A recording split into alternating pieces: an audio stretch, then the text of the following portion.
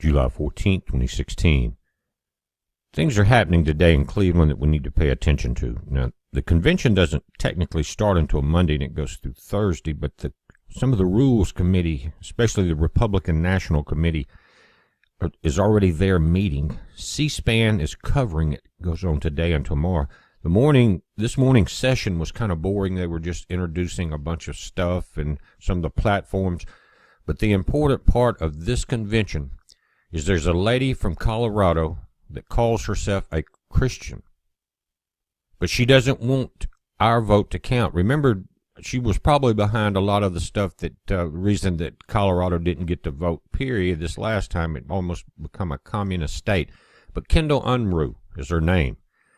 And she wants to introduce the conscience clause so that the delegates that we put there and the candidate that we put there don't have to be tied together. In other words, the delegates don't have to vote for Trump. They don't have anybody else there that stood up to choose from yet, but they're still pushing this Hillary agenda.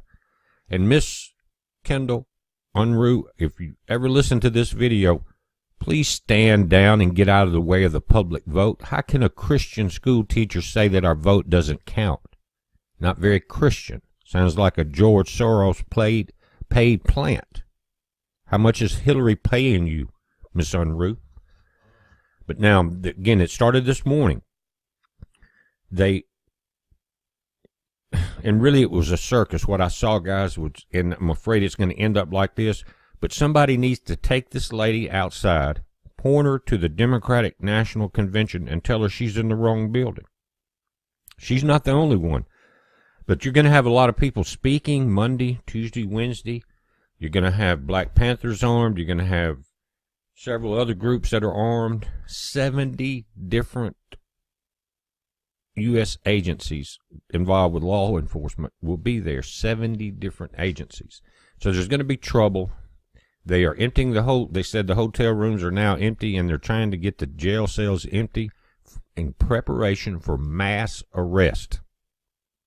Now, this is a quick little view from C-SPAN this morning as they were getting the rules together and let people attach and change things in the rules if they wanted to so they could go to vote.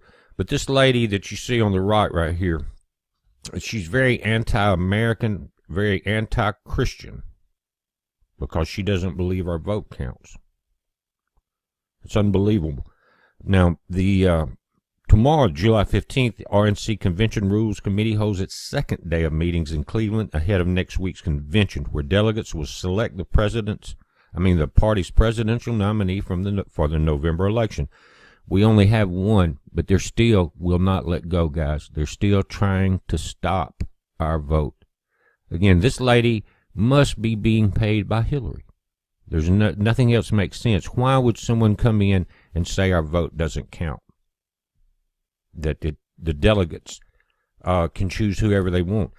The first thing I would do, which will never happen as president, there would be two things outlawed: delegates and lobbyists. Those two things have crippled this nation.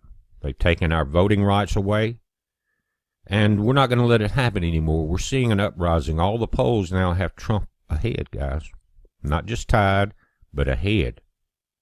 But I want you to watch an interview this morning in Cleveland between this lady and this other fella that's also in the wrong convention. They both need to be pointed to the Democratic National Convention. Go get their paychecks from Hillary, and please go home. Check this out. Together right now on MSNBC, two of the leaders of the movement to unbind delegates. First time you guys have been together. You are arguing, Curly, that Kendall's rule doesn't even need to pass and that people, by the laws as you see it, are able to just vote their conscience now, that the delegates, the primaries, are not binding. How is that possible?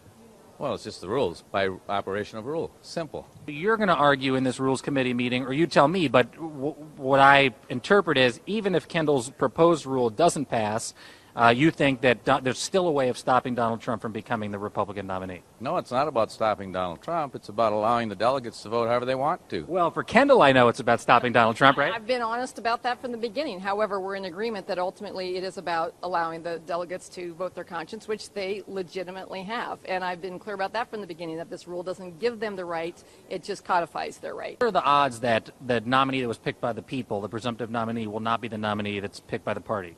Well, as you probably have heard me say before, I've always advocated for a contested convention, right?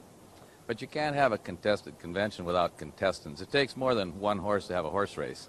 You know? So who's gonna be that person to come in and oppose Donald Trump? I don't see any horses in the chutes, so I don't know. So even the man who says the delegates can vote for whoever they want said it might still be Donald Trump ultimately. Well, of course.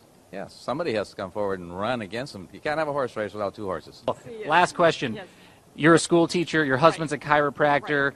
You are a normal American woman. It's me pulling all of my weight instead of having it on my shoulders. It's the chiropractic husband that's reminding me, save your shoulders. You may have to go for an adjustment after this. Exactly. How does it feel to be just an ordinary American who a lot of people are calling the woman who could take down Donald Trump? Well, you know, I'm just doing what somebody needed to do. That's all. It's like in mountaineering, you just take the next step in front of you. And that's it. That's how I ended up here, taking one step at a time. So now it's game time, though. You don't have any bodyguards. You think you need them? God's my bodyguard. There you go. All right, Kendall, appreciate it.